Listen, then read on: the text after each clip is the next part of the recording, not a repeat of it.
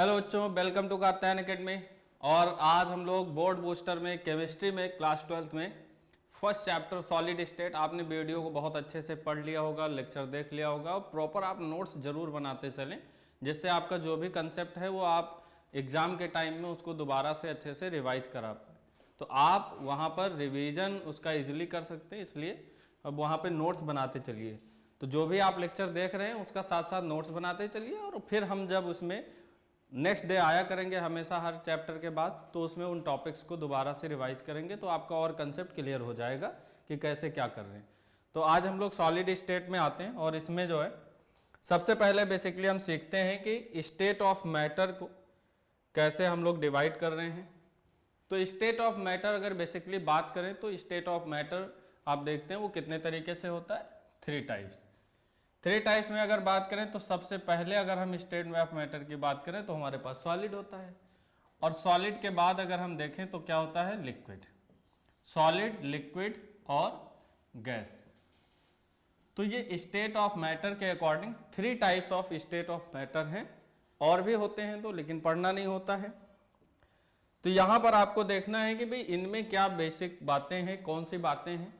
जो solid state जब आप देखते हैं तो जो सॉलिड स्टेट होते हैं इनके जो पार्टिकल्स होते हैं ये पार्टिकल्स बहुत क्लोजली पैक्ड होते हैं, मतलब एक पार्टिकल्स दूसरे पार्टिकल के बिल्कुल पास होता है इस तरीके से। तो यहां पर जब आप देखोगे तो इनके बीच में कोई डिस्टेंस नहीं है, इंटर पार्टिकल डिस्टेंस बिल्कुल जीरो है। और अगर कोई पार्टिकल्स जो इंटर पार्टिकल्स हैं वो बहुत पास पास हैं, इसका मतलब वहां पर फोर्स ऑफ अट्रैक्शन क्या है, बहुत ज्यादा है। अगर यहां हम लोग बात करें लिक्विड में तो ये पार्टिकल्स थोड़ी सी डिस्टेंस पे होते हैं, ये थोड़ी सी डिस्टेंस पे हैं भाई। इसका मतलब इसमें पार्टिकल्स में वो फोर्स ऑफ अट्रैक्शन नहीं देखने को मिल रहा है जो फोर्स ऑफ अट्रैक्शन सॉलिड के पार्टिकल्स में देखने को मिल रहा है। मीन्स लिक्विड के पार्टिकल्स जो हैं इनके पार्टिकल्स के बीच में जो फोर्स ऑफ अट्रैक्शन है वो सॉलिड के कंपेयर में क्या है, कम है। इसकी वजह से इनके पार्टिकल्स क्या है, थोड़ी डिस्टेंस पे हैं। और अगर हम लोग गैस में देखें तो गैस में पार्टिकल्स और दूर दूर हो जाते हैं, और जब ये पार्टिकल्स और दूर दूर हो जाते हैं तो इससे ये कंफर्म हो जाता है कि गैस के पार्टिकल्स में जो डिस्टेंस है इंटर पार्टिकल वो एक तरीके से बहुत ज़्यादा है। तो पार्टिकल्स में डिस्टेंस हम देख रहे हैं, और इस डिस्टेंस के बेसिस पे ही बता रहे हैं यहां पर इंटर पार्टिकल डिस्टेंस बहुत ज्यादा है, और बहुत ज्यादा होने का चक्कर क्या हो गया कि इनमें फोर्स ऑफ अट्रैक्शन क्या होगा, कम होगा। इसकी वजह से ही ये पार्टिकल्स दूर दूर हैं। तो अगर यहां मूवमेंट की बात करें तो आप कोई भी सॉलिड सब्सटेंस पकड़िए, जैसे ये हमारे पास पेन है, अगर इसमें आप देखोगे तो ये पार्टिकल्स क्या है, एक दूसरे से स्ट्रॉन्ग फोर्स ऑफ अट्रैक्शन के थ्रू इनमें पार्टिकल्स क्या हो, टाइटली होल्ड होते हैं। यहां पर आपसे पूछा जाता है कि कौन सा ऐसा स्टेट ऑफ मैटर है जिसमें फ्लूइडिटी प्रॉपर्टी होती है, तो फ्लूइडिटी प्रॉपर्टी किस में आ जाएगी, लिक्विड में आ जाएगी, साथ साथ गैस में भी आ जाएगी। गैस में क्यों आ जाती, ये भी फ्लो कर सकते हैं, ये भी फ्लो कर सकते हैं, लेकिन इसमें फ्लोइंग रेट बहुत ज्यादा है, इसीलिए हम लोग इसको डिफ्यूजन बोलते हैं। तो जब आप डिफ्यूजन की बात करें तो डिफ्यूजन कहां ज्यादा होता है, गैस में होता है। लिक्विड में डिफ्यूजन कम होता है, और सॉलिड में डिफ्यूजन बिल्कुल ना के बराबर है। यहां एक तरीके से ये कह सकते हो कि यहां पार्टिकल्स में वाइब्रेशन हो सकता है, तो इनके पार्टिकल्स मूवमेंट नहीं करते हैं। रीजन हो जाए क्यों, तो रीजन आ गया क्या, क्योंकि फोर्स ऑफ अट्रैक्शन क्या है, ज्यादा। इनके पार्टिकल्स फ्लो कर सकते हैं और इनके पार्टिकल्स में मूवमेंट बहुत ज्यादा है, इसीलिए गैसेस के पार्टिकल्स में हम लोग बोलते हैं रैंडम मोशन, जिसे हम लोग बोलते हैं क्या, जिगजैग मोशन। जिगजैग मोशन यहां देखने को मिलता है। अब अगर कोई पार्टिकल्स बहुत तेजी से चलता है तो उसमें और पॉइंट्स कंपेयर कर सकते हैं कि अगर ये बहुत तेजी से मूवमेंट कर रहे हैं तो इनकी काइनेटिक एनर्जी बहुत ज्यादा होगी। इसके कंपेयर में यहां मूवमेंट कम है, तो यहां पर मूवमेंट कम है तो इनमें जो आप काइनेटिक एनर्जी देख रहे हो वो इसके कंपेयर में क्या हो गया, कम हो गया।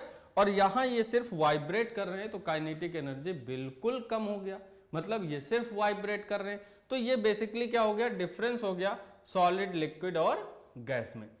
अब अगर हम बेसिक बात करें कि वैसे अगर तुमसे कोई पूछ दे कि सर मैटर को डिफाइन कैसे कर लेंगे, तो इन सब को आप देख रहे हैं तो ये कुछ ना कुछ स्पेस ऑक्यूपाई कर रहे हैं।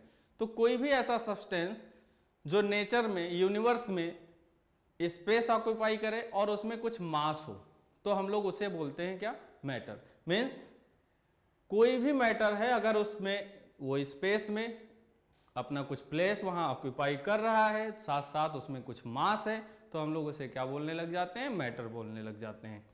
तो यहां फिर मैटर के बेसिस पे अगर देखते हो तो सॉलिड में क्या होता है, सॉलिड में शेप और वॉल्यूम दोनों फिक्स होती है। यहां लिक्विड में देखोगे तो वॉल्यूम इसका फिक्स होगा लेकिन शेप फिक्स नहीं होगा। जैसे आप 1 लीटर वाटर ले लीजिए, तो चाहे बाउल में रखिए, ग्लास में रखिए, जिस कंटेनर में रखोगे उस कंटेनर का शेप ये ले लेगा। तो लिक्विड में शेप फिक्स नहीं है लेकिन वॉल्यूम फिक्स है। गैस की अगर बात करो तो बेसिकली यहां पर ना वॉल्यूम फिक्स है और ना शेप फिक्स है। रूम में अगर आपने ओपन कर दिया तो पूरे गैस जो है रूम में हो गया, किसी बॉटल में रखा है तो बॉटल के वॉल्यूम में है। तो इस तरीके से ना वॉल्यूम फिक्स है और ना ही यहां पर शेप फिक्स है। क्लियर हो गया? तो ये बेसिक बात हो गया कि स्टेट ऑफ मैटर से रिलेटेड हमने बातें यहां पर समझ ली। अब आते हैं हम लोग, आज का हमारा जो टॉपिक है वो क्या है, सॉलिड है। तो पहले हमने सब में डिफरेंस देख लिया। अब सॉलिड में हमने देखा कि सॉलिड के पार्टिकल्स में हम यहीं पर बेसिक बातें करें। डेफिनिट शेप हो गया, डेफिनिट वॉल्यूम हो गया। पार्टिकल्स में फोर्स ऑफ अट्रैक्शन बहुत ज्यादा है और इसकी वजह से इनमें क्या होता है कि सिर्फ वाइब्रेशन देखने को मिलता है। इनकी डेंसिटी बहुत ज्यादा होती है क्योंकि कम वॉल्यूम में ज्यादा से ज्यादा पार्टिकल्स जो है अरेंज हैं। तो आप यहां देखेंगे कि कम से कम मिनिमम वॉल्यूम में ज्यादा से ज्यादा पार्टिकल्स क्या है, कॉम्पैक्टली अरेंज है, इसलिए डेंसिटी क्या हो जाती है सॉलिड की, बहुत ज्यादा हो जाती है गैस के कंपेयर में। गैस में देखोगे तो वॉल्यूम ज्यादा है, तो डेंसिटी का फार्मूला ही क्या होता है, डेंसिटी का फार्मूला अपने पास क्या आ जाता है, मास अपॉन वॉल्यूम।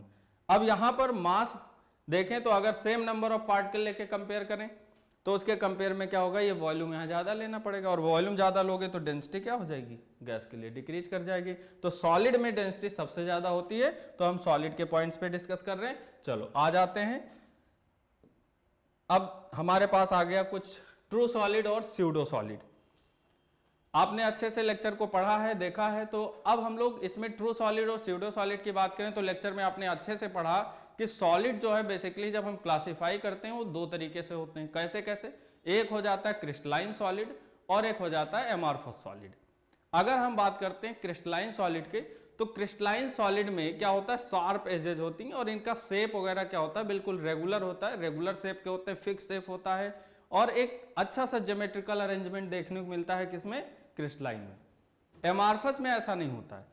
एमॉर्फस में अगर आप सॉलिड को कट करें तो हो सकता है कि उसका जो पीसेज आप बीच से ब्रेक करेंगे तो हो सकता है कि उतना शार्प एज ना मिले।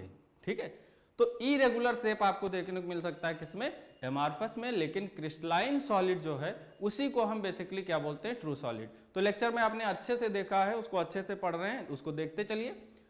अब हम ट्रू सॉलिड पे ही क्यों फोकस कर रहे हैं, क्योंकि जो हमारा ट्रू सॉलिड है, इस ट्रू सॉलिड को हम लोग जब देखते हैं तो ये एक्चुअली जितने क्रिस्टलाइन सॉलिड, जो भी प्रॉपर्टी आपने क्रिस्टलाइन सॉलिड की पढ़ ली रिकॉर्डेड लेक्चर में, उसी की बात हम कर रहे हैं कि क्रिस्टलाइन सॉलिड ही हमारा क्या है, ट्रू सॉलिड है। इसी के बारे में पूरा चैप्टर क्रिस्टलाइन सॉलिड पर ही बेस्ड है। और जो स्यूडो सॉलिड है ये एमॉर्फस सॉलिड है और इसको हम लोग सुपरकूल्ड लिक्विड भी बोलते हैं क्योंकि ये इतना अच्छा सॉलिड नहीं है जितना ये क्रिस्टलाइन सॉलिड है। तो सारा जो भी कैटेगरी है, जो भी कंडीशंस है, वो क्रिस्टलाइन सॉलिड पे बिल्कुल फिट बैठता है। स्यूडो सॉलिड में वो सारे पॉइंट्स इतने अच्छे से फिट नहीं बैठ रहे हैं। तो हम लोग स्यूडो सॉलिड्स को बेसिकली क्या बोलते हैं, इसीलिए सुपरकूल्ड लिक्विड। क्या बोलते हैं, सुपरकूल्ड लिक्विड। तो ये आपको वहां से खूब अच्छे से आप देख रहे हैं, लगातार देखते रहिए, अच्छे से पढ़िए इसको। अब हम लोग नेक्स्ट पॉइंट पे आते हैं। तो इसी में हम लोग देखेंगे कि हमने बता दिया कि जो ट्रू सॉलिड है हम लोग किसे बोल रहे हैं, क्रिस्टलाइन सॉलिड को। तो जरा समझिए आप, जब ट्रू सॉलिड की बात कर रहे हैं तो अब हम देखें कि ये जो क्रिस्टलाइन सॉलिड है इसको क्लासिफिकेशन अगर हम इसका करें कि क्रिस्टलाइन सॉलिड को कितने पार्ट में हम लोग क्लासिफाई कर सकते हैं। तो जरा देखो, ये क्रिस्टलाइन सॉलिड बेसिकली आपको आयनिक, मॉलिक्यूलर, कोवैलेंट और मेटालिक, इतने तरीके से हम इसको फर्दर क्लासिफाई कर सकते हैं। किसकी बात कर रहे हैं, क्रिस्टलाइन सॉलिड की, क्योंकि यही ट्रू सॉलिड है, इसी के बारे में पूरी बात हो रही है। अब अगर आयनिक सॉलिड है तो आप सपोज करिए, जो अभी हमने सबसे पहला जो आपको डायग्राम बना के दिखाया कि इसके बीच में पार्टिकल्स की अगर बात करें तो पार्टिकल्स क्या होगा, या तो कैटायन होगा। अब भाई आयनिक सॉलिड है तो आयंस हैं, तो आयंस में क्या होगा, कैटायन और एनायन। तो जब भी आप आयनिक सॉलिड देखोगे तो उसका जो कॉन्स्टिट्यूएंट पार्टिकल्स होगा वो क्या होगा, कैटायन और एनायन। ठीक है, तो जब कैटायन और एनायन होगा तो अपोजिट है, अपोजिट फोर्सेस की वजह से क्या होगा कि यहां पर फोर्स ऑफ जो अपोजिट चार्ज है इसकी वजह से फोर्स ऑफ अट्रैक्शन जो होगा वो कैसा होगा, स्ट्रांग होगा। और चार्ज अगर अपोजिट है, आपने एक प्लस क्यू चार्ज लिया एक तरीके से, अगर कोई कैटायन है तो हम उसको प्लस चार्ज की तरह कंसीडर कर सकते हैं, एनायन है तो उसको नेगेटिव चार्ज की तरह कंसीडर कर सकते हैं। तो अपोजिट चार्जेस पे जो फोर्स लग रहा है वो कैसा फोर्स होगा, इलेक्ट्रोस्टैटिक फोर्स ऑफ अट्रैक्शन, और ये स्ट्रांग होता है। क्लियर है। अब अगर आप देखते हो बच्चों मॉलिक्यूलर सॉलिड, तो मॉलिक्यूलर सॉलिड का जो आप कॉन्स्टिट्यूएंट पार्टिकल्स देखोगे ये क्या होगा, मॉलिक्यूल्स होंगे। मॉलिक्यूल्स में अगर हम देखें तो जैसे हम मॉलिक्यूलर सॉलिड बोल रहे हैं तो आप देखिए जैसे यहां आयोडीन है, अब आप आयोडीन लेके चल रहे हो तो आयोडीन में बहुत सारे मॉलिक्यूल हो सकते हैं, तो हर एक मॉलिक्यूल जो आयोडीन मॉलिक्यूल होगा वो आपस में जुड़े हैं। तो वहां पर हम लोग जो देख रहे हैं वो क्या है, मॉलिक्यूलर सॉलिड है, मॉलिक्यूल्स मिलकर बन रहे हैं, और इसमें जो फोर्स ऑफ अट्रैक्शन होता है वो वीक फोर्स ऑफ अट्रैक्शन होता है, जिसे हम लोग बोल रहे हैं van der Waals force of attraction. Clear है।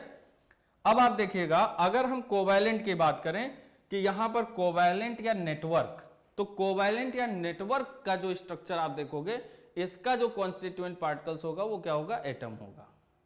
एटम की बात कर रहे हैं। जैसे आप यहां एग्जांपल देखें, डायमंड देख सकते हैं, ग्रेफाइट देख सकते हैं। जैसे ही आप डायमंड ग्रेफाइट की बात करेंगे तो आपने बहुत अच्छे से स्ट्रक्चर को देखा होगा कि जब भी आप डायमंड या ग्रेफाइट की बात करें तो डायमंड के केस में क्या होता है कि एक carbon atom 4 other carbon atom से लगा होता है, और इस तरीके से वो एक पूरा नेटवर्क स्ट्रक्चर बनाता जाता है। हर बार वो 4 कार्बन एटम से जुड़ता जाता है, हमेशा हर जगह। तो आप पूरा इसका 3 डायमेंशनल स्ट्रक्चर देखते हैं किसमें, डायमंड में। तो यहां एक एटम दूसरे एटम से जुड़ रहा है, और इस तरीके से अगर अटैचमेंट को हम देखते हैं तो यहां एटम एटम के बीच में बॉन्ड बना हुआ है, और इसको हम लोग कौन से बॉन्ड से देख रहे हैं, कोवैलेंट बॉन्ड। तो आपको एक चीज यहां पर ध्यान रखना है क्वेश्चन में, जब भी डायमंड की बात होती है तो डायमंड में आप देखिएगा अच्छे से, रिकॉर्डेड लेक्चर को फिर से देखिए, अच्छे से देखिए।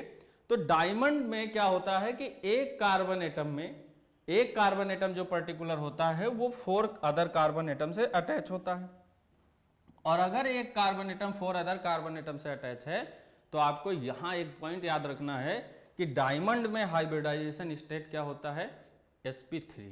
ठीक है।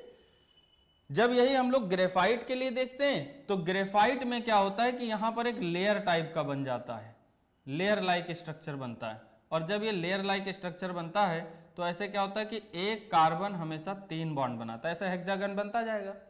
तो यहां पर ऐसे एक हेक्सागन, ये हेक्सागन आपस में दूसरे हेक्सागन से जुड़ेगी, और हेक्सागन यहां बन जाएंगे, और फिर एक लेयर बन जाएगी हेक्सागन की, ग्रेफाइट की एक हेक्सागन की लेयर बन गई, और फिर उसके नीचे दूसरी हेक्सागन की layer.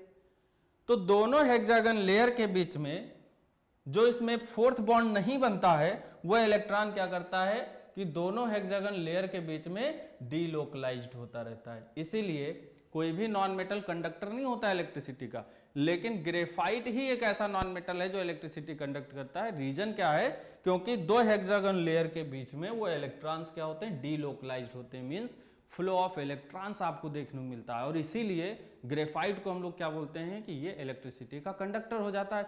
Even graphite non metal है, क्योंकि हम यही जानते हैं metals are conductor of electricity, लेकिन नॉन मेटल की जब बात कर रहे हैं तो कौन हो गया कंडक्टर, ग्रेफाइट हो गया। क्यों, क्योंकि वहां 2 हेक्सागन लेयर के बीच में एक हेक्सागन लेयर ये बनी हुई है, ऐसे हेक्सागन लेयर दूसरी, बुक में देखिए अच्छे से डायग्राम बनाए, तो वहां पर आपको देखने को मिलेगा कि डीलोकलाइजेशन होगा। ये 3 डायमेंशनल है तो बोर्ड पे इतना अच्छे से ड्रॉ नहीं हो सकता, तो 3 डायमेंशनल डायग्राम आपको देखने को मिलता है। और डायमंड में आपने देखा sp3 हाइब्रिडाइजेशन, और जो ग्रेफाइट होगा उसमें sp2 हाइब्रिडाइजेशन होगा। ठीक है। नेक्स्ट पॉइंट पे अगर देखते हैं मेटालिक सॉलिड, जैसे बात करते हैं मेटालिक सॉलिड, तो इसमें क्या होता है, जैसे आप इलेक्ट्रिक वायरिंग देख रहे हो तो इसमें क्या है, कॉपर वायर है, आपने देखा होगा एल्यूमिनियम वायर होता है। तो इसमें क्या होता है कि मेटल जो होते हैं अपने वैलेंस इलेक्ट्रॉन को उस मेटालिक क्रिस्टल में लूज कर देते हैं, और उस सी ऑफ इलेक्ट्रॉन में ये मेटल्स उसी में कैटायन के फॉर्म में प्रेजेंट रहते हैं। तो अगर आप देखें इसमें तो क्या बेसिक बात है, बेसिक बात आ गया कि यहां हम लोग ये देख रहे हैं कि जैसे यहां पर ये पूरा एक क्रिस्टल लैटिस ले ले मेटल का, तो यहां जब भी वो मेटल अपना इलेक्ट्रॉन रिलीज करेगा तो पॉजिटिव चार्ज बना लेगा, और इसी में वो फ्री इलेक्ट्रॉन भी घूमते रहेंगे, इसी में फ्री इलेक्ट्रॉन भी प्रेजेंट रहेंगे। तो इन इलेक्ट्रॉन्स की वजह से क्या होती है, इलेक्ट्रिसिटी कंडक्ट होती है, क्योंकि यहाँ फ्री इलेक्ट्रॉन्स अवेलेबल हैं। तो कभी भी अगर फ्री इलेक्ट्रॉन्स अवेलेबल है तो हम लोग क्या बताएंगे कि वो इलेक्ट्रिसिटी कंडक्ट कर सकता है। तो यहाँ ये खास बात आ जाती है कि मेटालिक जब क्रिस्टल आप देखते हो तो मेटालिक क्रिस्टल में जो वैलेंस इलेक्ट्रॉन होते हैं मेटल के, वो इलेक्ट्रिसिटी वहाँ कंडक्ट करने के लिए रिस्पॉन्सिबल होते हैं। अब मेटल मेटल है तो मेटल मेटल के बीच में भाई मेटल है क्या, मेटल तो एटम है। तो अगर मेटल एटम है तो इसके बीच में जो बॉन्ड है वो कौन सा बॉन्ड होगा, मेटालिक बॉन्ड होगा। कौन सा बॉन्ड, मेटालिक बॉन्ड। तो यहां आपने क्या देखा, ये मेटालिक बॉन्ड है। और जहां पर आप देख रहे हो कि यहां एटम एटम कंबाइन कर रहे हैं, लेकिन वहां पर मेटल की बात हम नहीं कर रहे हैं, यहां क्या बोल रहे हैं, कोवैलेंट बॉन्ड। जैसे आपने कहां देखा, डायमंड में, आपने कहां देखा, ग्रेफाइट में, ऐसे और हैं यहाँ पर, सिलिकॉन है, SiO2 है, सिलिका है। तो इन सब में आपको कोवैलेंट बॉन्ड देखने को मिल रहा है। अगर मॉलिक्यूल मॉलिक्यूल है तो आपको क्या देखने को मिलेगा, वंडर वाल फोर्स ऑफ अट्रैक्शन। तो जैसे यहाँ पर ये क्वेश्चन आपको याद करना बहुत जरूरी हो जाता है कि CO2 को बोलते हैं ड्राई आइस। क्या बोलते हैं, ड्राई आइस। और ये ड्राई आइस कैसा सॉलिड है, मॉलिक्यूलर सॉलिड है। तो आपको लगता है CO2 गैस है, CO2 गैस है, लेकिन यहां पर हम देख रहे हैं कि इसको हम लोग किस फॉर्म में स्टोर कर सकते हैं, ड्राई आइस के फॉर्म में। क्यों ड्राई आइस बोल रहे हैं, ये यहां पर मॉलिक्यूलर सॉलिड के फॉर्म में है, और आइस भी कैसा होता है, सॉलिड होता है। यहां मॉलिक्यूलर फोर्स ऑफ अट्रैक्शन, जो वंडरवाल फोर्स ऑफ अट्रैक्शन है, उसकी वजह से हम लोग यहां इसको देखते हैं कि CO2 का जो एग्जिस्टेंस है वो कैसा है, सॉलिड में है, और इसको हम लोग बोलते हैं ड्राई आइस। तो आपसे पूछा जाता है क्वेश्चन कि CO2 कैसा सॉलिड है। तो CO2 जब पूछा जाए टाइप ऑफ सॉलिड तो क्या बताओगे, मॉलिक्यूलर सॉलिड। इंपॉर्टेंट क्वेश्चन है MCQ का, ठीक है। अब यहां पर आपने बॉन्डिंग एनर्जी अगर देखनी है तो आपसे एक क्वेश्चन ये बन जाता है कि भाई इनको अरेंज करिए ऑर्डर ऑफ एनर्जी के फॉर्म में, या हम कहते हैं स्ट्रेंथ ऑफ बॉन्ड में। अगर स्ट्रेंथ ऑफ बॉन्ड में अरेंज करोगे तो सिंपली आप एनर्जी देख के अरेंज कर सकते हो। बाइंडिंग एनर्जी यहां देखिए सबसे ज्यादा है। तो आपसे अगर पूछा जाता है कि भाई सबसे स्ट्रांग कौन सा है, तो आप बता सकते हो वहां पे आयनिक है। तो ये सब क्वेश्चन यहां से बन जाता है। बहुत अच्छे से रिवाइज करिए। कैरेक्टरिस्टिक प्रॉपर्टी के बारे में आप देखिए तो यहाँ पर आयनिक कंपाउंड है, तो आयनिक कंपाउंड जब बन रहा है तो उसमें जितनी भी प्रॉपर्टी आयनिक की होती है सब आ जाएंगी। मतलब मेल्टिंग पॉइंट, बॉइलिंग पॉइंट ज़्यादा होगा, सॉलिड स्टेट में इलेक्ट्रिसिटी कंडक्ट नहीं करेगा। अगर उसको आपने एक्वस सोल्यूशन में रखा है तो इलेक्ट्रिसिटी का गुड कंडक्टर होगा, क्योंकि अब फ्री आयंस अवेलेबल हो जाएंगे। तो ये सारी चीज़ें यहाँ पर वही बात आ जाती हैं। कोवैलेंट की जब भी बात करोगे तो कोवैलेंट में आप देखोगे कि बॉइलिंग पॉइंट, मेल्टिंग पॉइंट क्या हो जाएगा, कम हो जाएगा। तो ये सारी चीज़ें हैं, आप देखते चलिए। इसको आगे बढ़ते हैं। तो क्लासिफिकेशन ऑफ सॉलिड में हम लोगों ने 4 टाइप्स देख लिया। अब अगर हम देखें crystal lattice and unit cell, बहुत ही अच्छा है, बहुत इंटरेस्टिंग है, जरा आप समझिएगा।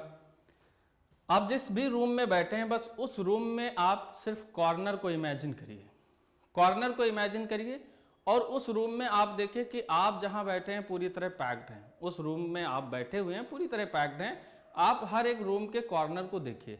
तो आप कॉर्नर देखेंगे तो आपको दिखेगा कि 4 कॉर्नर ऊपर और 4 कॉर्नर आपको नीचे। तो आपको टोटल कॉर्नर कितने दिख रहे हैं, 8 कॉर्नर दिख रहे हैं। और अब हमने जैसे रूम की बात कर रहे हैं, तो अगर हम यहां से इमेजिन करें कि कैसे आप इसको इमेजिन कर सकते हैं, जरा देखिएगा। अगर हम इस रूम में ऊपर वाले पोर्शन को देखें तो ये हमारे पास, सपोज ये पहला हमारा ऊपर वाला हो गया। अब अगर हम ये फ्रंट वाली अगर वॉल की बात करें तो इस तरीके से एज आ रही है, देखिए। और ऐसे ये साइड वाली वॉल, अब देखिए, आप इमेजिन करना है आपको, सॉलिड स्टेट है, पूरी बात इमेजिनेशन पे है। अगर कर ले गए तो बात बन गई, हाँ ये समझ के चलना है। अब देखिए इमेजिनेशन का गेम है, इमेजिन करना बहुत जरूरी है। देखो जरा, तो इस तरीके से ये एक साइड वाली वॉल और ये इसके पीछे वाली वॉल, ये सामने और ये बैक साइड में, और ये देखिए ये रूफ और ये आपका नीचे वाला दिख रहा है, फर्श।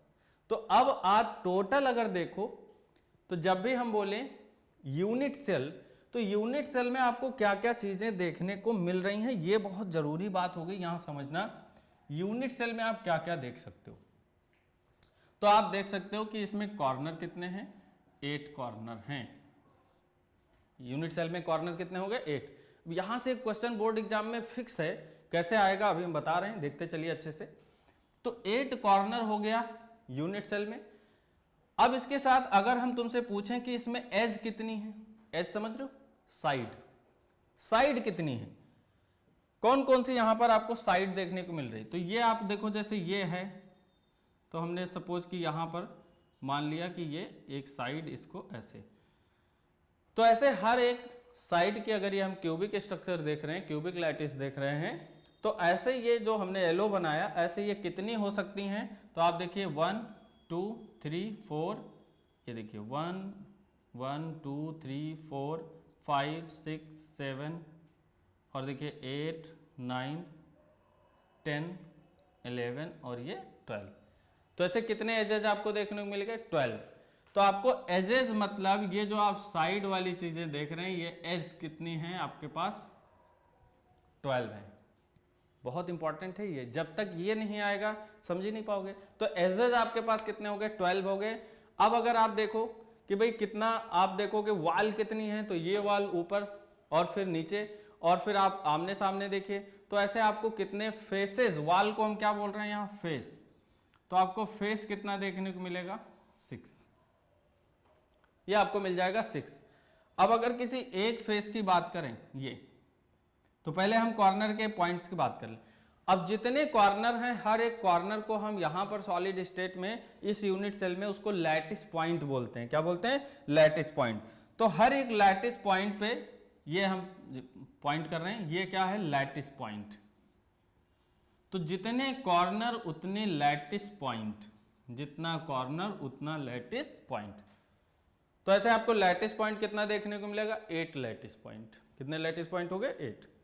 अब आप क्या करिए, सिंपली 4 बॉल्स को लीजिए, 4 बॉल्स को आप ऐसे रख दीजिए सरफेस पे, बिल्कुल ऐसे सिस्टमैटिक, बिल्कुल 4 बॉल्स को आपने रखा। अब 4 बॉल उसके ऊपर रखिए, और आप इमेजिन करिए कि हर एक बॉल के सेंटर से अगर आपने कोई एक पिन ऐसे पास करी होती लंबी सी, तो आप अगर उन बॉल्स को पैक कर दीजिए, बिल्कुल सेंटर से एक पिन पास करिए और हर एक बॉल्स के ऊपर से पास करिए, तो आपको ये ऐसे ही दिखेगा। ये यहाँ पर एटम, ये नीचे के 4 एटम देखिए ऐसे, ये 1 2 3 4 ऐसे रखे हुए, और इसी के जस्ट ऊपर हमने ये 4 एटम और रख दिए।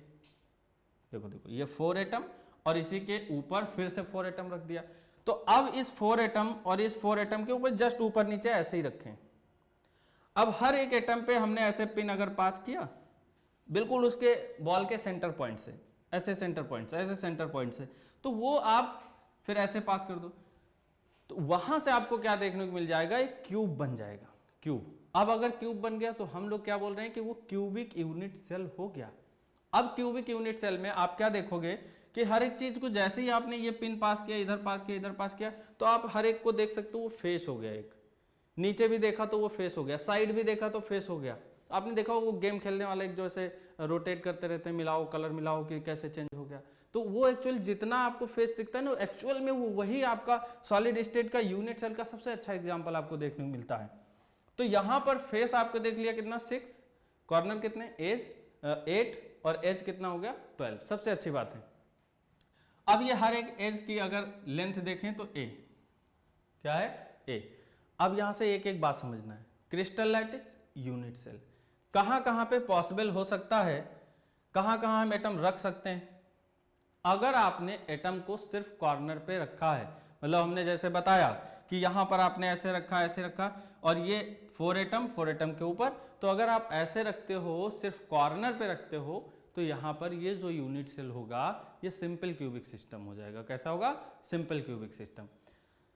इसके साथ साथ अगर आप एटम को यहां भी रख देते हो, मतलब फेसेस पे रख देते हो, जैसे इस फेस पे रख दिया, ये साइड वाली वाल पे बिल्कुल ले गए बीच में और ऐसे लगा दिया एटम को, तो ऐसे क्या हुआ, एक यहां, एक यहां, एक एटम इधर पीछे वाली वाल पे रख दो और एक एटम उसके सामने वाली वाल पे रखो, तो अब दिखेगा तो ऐसे ही दिखेगा। अब एक एटम पीछे जाएगा, यहां रखेंगे, तो इस तरीके से आपको बस, अब ये तो 3 डायमेंशनल है, तो बिल्कुल ऐसे तो दिखेगा नहीं। तो आप कैसे समझोगे कि भाई फेस हैं कितने, 6 हैं। कैसे समझ रहे हो कि भाई जो सामने आपको छत दिख रहा है वो एक आपका फेस की तरह है, ये जो साइड वाली वॉल दिख रही है फेस की तरह है, ऐसे वॉल दिख रही है फेस की तरह। इमेजिन करो, तो आप सामने देखो, इमेजिन क्या करना, खैर देखिए तो देख रहे हो तो आपको 6 फेसेस दिख रहे हैं, क्योंकि 6 वाल है तो जितनी वाल है ये फर्श भी वाल की तरह कंसीडर होगा। तो छत है और ये फर्श है और फिर आमने सामने की वाल और इधर साइड वाली, तो इस तरीके से आपको कितनी वाल देखने को मिल रही है, 6। और यही हम सॉलिड स्टेट में क्या बोल रहे हैं, फेसेस। अब उन सबके सेंटर पॉइंट पे एक एटम हमने और रख दिया, तो जब एक एटम और रख दिया तो ये हो गया फेस सेंटर्ड क्यूबिक सेल। कैसा हो गया, फेस सेंटर्ड क्यूबिक सेल। मतलब आपने क्या देखा कि वहां पे कॉर्नर पे भी एटम है और फेस पर भी एटम है। तो इस तरीके से कितने हो जाएंगे, आप यहां देख रहे हो 6 पे, फेसेस पे और हर एक कॉर्नर पे यहां पर एटम देख रहे हैं। कंट्रीब्यूशन अभी चेक करेंगे। तो ये हो गया। अब अगर आपने क्या किया, फेस पे भी रखा, कॉर्नर पे भी रखा और बिल्कुल रूम के सेंटर पॉइंट पे, बिल्कुल रूम का जो सेंटर पॉइंट है वहां पे रख दीजिए, तो अब एक और एटम आ गया। तो इस तरीके से इसको जब बोलेंगे तो बिल्कुल आपसे सेंटर पॉइंट पे रख दिया क्यूब के, तो हम बोलते हैं body centred cubic unit cell. Body centred cubic unit cell, इस तरीके से आप समझिए। अब जरा देखो कंट्रीब्यूशन देखो। सपोज कि हमने ये क्यूब जो हमने यहां पर ये दिखा रहे हैं, ये देखिएगा ध्यान से, अगर हमने इस क्यूब को कंसीडर किया, देखिए जरा ध्यान से देखिएगा, हमने ये फर्स्ट क्यूब कंसीडर कर लिया यहां से और ये हमारे पास क्यूब बन गया है, ये देखिए ये क्यूब। तो इस क्यूब में आपको क्या देखने को मिल रहा है कि ये क्यूब अगर है तो इस क्यूब पे अगर हमने कोई एटम रखा, सपोज कि ये एटम यहां कॉर्नर पे है, इस एटम को पूरी तरह हम ऐसे क्लोज कर दें कि ये दिखे ना। तो अगर ना दिखे तो देखो इसके साइड में एक एटम रखा, फिर इस क्यूबिक के पीछे भी आप एक क्यूबिक रखेंगे और फिर उसके पीछे रखेंगे। तो यहां एक साइड में रखा, साइड वाले के पीछे, और जो ये क्यूबिक है इसके पीछे। तो ऐसे आपने यहां सरफेस पे कितने क्यूब देख रहे हैं, 4, एक और एक यहां और 2 पीछे, तो ऐसे कितने हो गए, 4 हो गए। और इस कॉर्नर को कंप्लीटली आपको कवर करना है, तो यही 4 क्यूब फिर ऊपर आ गए। तो ये पर्टिकुलर एटम कितने क्यूब के साथ शेयर हो गया, 8 क्यूब के साथ। कितने क्यूब के साथ, 8 क्यूब के साथ। इसका मतलब एक कॉर्नर की जो शेयरिंग आई, कॉर्नर कितने हैं, 8, कितने हैं, 8। और हम ये देख रहे हैं कि एक कॉर्नर पे एटम की शेयरिंग कितनी आई। तो ये वाला कॉर्नर का एटम है वो कितने क्यूब के साथ शेयर हो रहा है, 8 क्यूब के साथ। तो हम कह रहे हैं 8 क्यूब के साथ शेयरिंग हो रही है और एक एटम को लेके चल रहे हैं। तो हम यहां एक एटम को देखें तो ये 1/8 हो गया।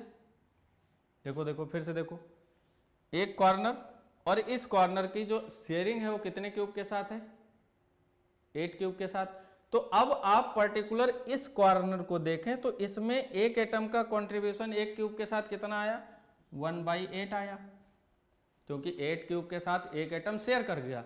तो शेयरिंग कितनी आई, 1/8। और ऐसे कॉर्नर हैं कितने, 8।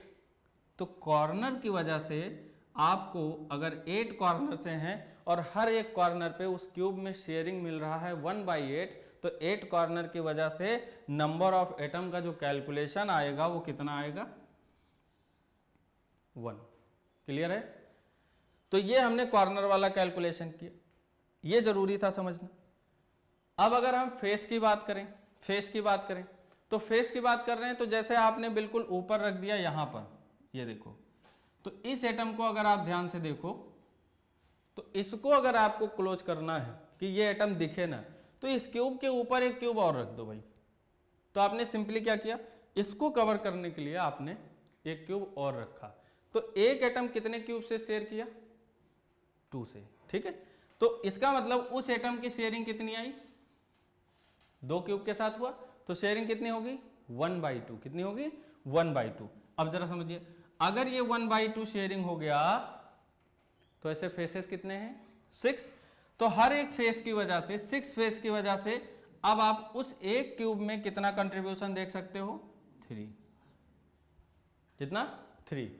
तो अब देखिए जब भी आप फेस सेंटर देखोगे तो कॉर्नर पे होता ही होता है एटम। कॉर्नर की वजह से कंट्रीब्यूशन कितना आता है 1 और फेस की वजह से कितना आता है 3। इसका मतलब आपने क्या देखा कि फेस पे भी एटम रहेगा और कॉर्नर तो लैटिस पॉइंट है ही, वहां रहेगा। तो फेस पे भी और कॉर्नर पे भी। तो जब भी आप देखेंगे FCC कि अगर वो फेस सेंटर्ड क्यूबिक है तो 3 तो फेस की वजह से और 1 आ जाएगा कॉर्नर की वजह से जो कंट्रीब्यूशन। तो कितना मिला आपको 4 एटम। तो FCC में टोटल एटम जो कंट्रीब्यूशन देखोगे वो कितना मिलेगा 4। सिंपल क्यूबिक में, ये जो सिंपल क्यूबिक सिस्टम है जहां पे एटम सिर्फ कॉर्नर पे प्रेजेंट है और एक कॉर्नर की शेयरिंग कितने से है, एक कॉर्नर पे जो एटम प्रेजेंट है वो 8 क्यूब के साथ शेयरिंग में है। आप सपोज करिए कि जिस रूम में बैठे हैं और साइड में आपने कॉर्नर पे एक बड़ा सा फुटबॉल रख दिया, आप चाहते हो कि वो फुटबॉल दिखे ना कहीं से भी, तो आप उस कॉर्नर को इमेजिन करके देखो तो आपको उसी रूम के इक्विवेलेंट आपको 8 रूम और बनाने होंगे जहां पे 4 उसी बेस पे और 4 उसके ऊपर। तो इस तरीके से आप उस कॉर्नर को 8 के साथ कवर कर पाओगे। तो 1 की शेयरिंग 1/8, तो ऐसे कितने कॉर्नर रखा आपने 8। तो आपके यहां पर नंबर ऑफ कॉर्नर की वजह से नंबर ऑफ एटम कितना आएगा 1। और सिंपल क्यूबिक सिस्टम में सिर्फ और सिर्फ एटम कहां पे प्रेजेंट होते हैं कॉर्नर पे। तो नंबर ऑफ एटम कितना आ गया 1 आ गया। लेकिन जब फेस सेंटर बोल रहे हो तो हमने कहा जो वाल है वहां भी एटम प्रेजेंट है, तो वाल पे भी एटम अगर प्रेजेंट है तो वाल कितने हैं 6। हमने कहा इसको अगर कवर करना था तो इसी की बात कर रहे थे कि ये जस्ट फेस पे रखा है तो सेंटर पॉइंट पे है यार, कोई प्रॉब्लम नहीं है, इसी के ऊपर जस्ट एक क्यूब और रख दो।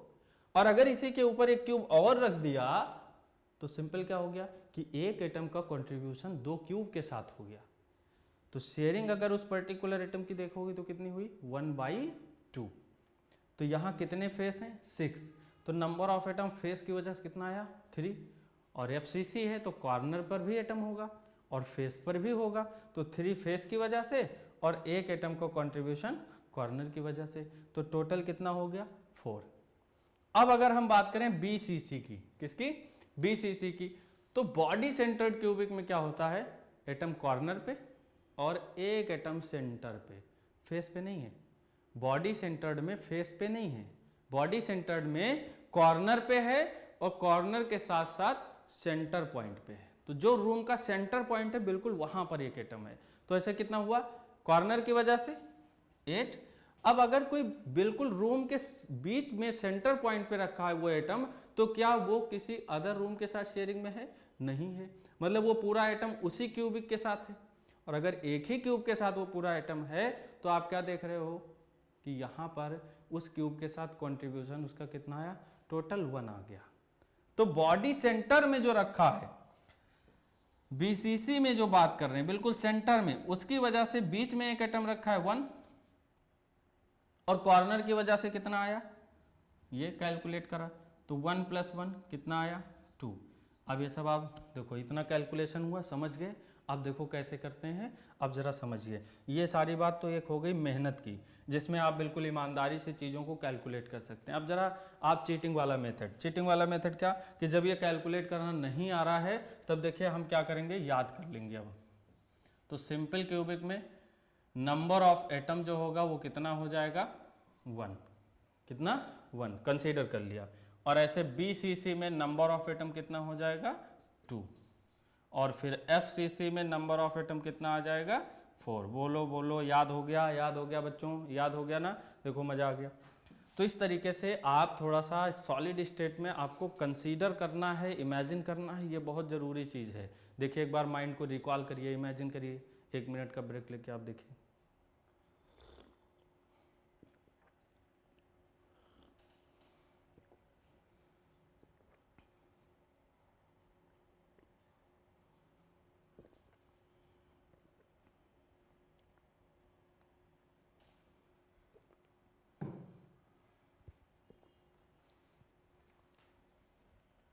चलिए तो आ गया होगा, बहुत अच्छे समझ रहे हैं आप लोग। बस इसी तरह है कि आप जो भी रिकॉर्डेड लेक्चर जिस दिन अपलोड हो रहा है उसको आप बिल्कुल मन से उसको पढ़िए बहुत ध्यान से, और उसके एक एक पॉइंट्स को लिखिए कॉपी में। भाई आपने 60 डेज का टारगेट बनाया है, तो इस टारगेट में आपको ये ध्यान रखना है कि आपको 100% रिजल्ट लाना है। तो थोड़ा सा मोटिवेट फील करिए और आप नोट्स जरूर बनाते चलिए। फिर क्या होगा कि अगर कोई प्रॉब्लम आ रही है तो जो आपको ईमेल दिया गया ईमेल आईडी, उस ईमेल आईडी पर आप अपनी प्रॉब्लम को वहाँ पर आप ईमेल कर सकते हैं, हम लोग उसको कंसीडर कर लेंगे।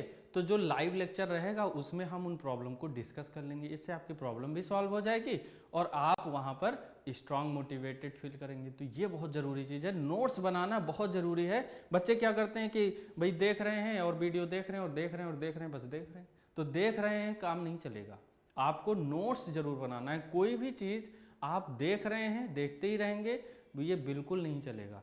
आप उसको नोट्स बनाते चलिए, लिखते चलिए, लिखते चलिए। कहीं भी लगे तो पॉज कर लीजिए, फिर देखिए, फिर नोट्स लिखिए। आप ये करके चलो, मज़ा आ जाएगा। और फिर लाइव लेक्चर में आप देख ही रहे हो, कहीं से कोई प्रॉब्लम आए तुरंत आपको वहाँ से ईमेल कर देना है। अब यहाँ से आ गया टाइप ऑफ यूनिट सेल, जिसके बारे में हम लोगों ने अभी डिस्कस किया और डिस्कस करते ही रहे। अब देखो जरा यहाँ से, तो ये हमने कहा वही सिंपल वाला। तो सिंपल वाले केस में अब देखो पूरी बात क्लियर हो गई, इसीलिए हम इसको बाद में दिखा रहे थे आपको। अब देखो, तो ये हो गया सिंपल वाला। देखो कहाँ पे है, कॉर्नर पे है सिर्फ एटम सिर्फ कॉर्नर पे है, सिर्फ कॉर्नर पे है। सिंपल में सिर्फ कॉर्नर पे है, एटम सिर्फ कॉर्नर पे है, ठीक है। और इसी को हमने कहा था कि अगर एक एटम को आपको कंट्रीब्यूशन चेक करना है तो इस एटम को कवर करना पड़ेगा, और कवर करोगे तो एक इधर आया साइड में और फिर एक क्यूब इसके पीछे और एक क्यूब इसके पीछे। तो नीचे आपको कितनी दिख गई, 4।